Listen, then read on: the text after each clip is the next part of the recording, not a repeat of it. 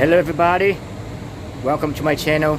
Subscribe right here. Okay, so today I'm talking about the Skyair, the Daikin unit.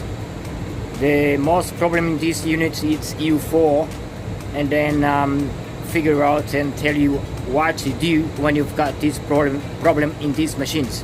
This series it happens all the time in the Daikin unit Skyair Advanced series.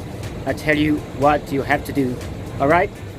So to take out the board, the main board, the PCB, you need to unscrew this one and this one, and then to up and turn, and then it's coming out.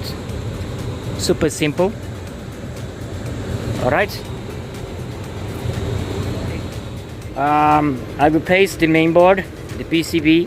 This is the new one, and the troubleshoot in this machine when you don't have any error code, or sometimes you have the U4. All right.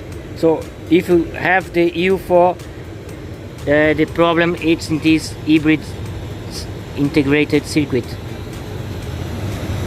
Okay.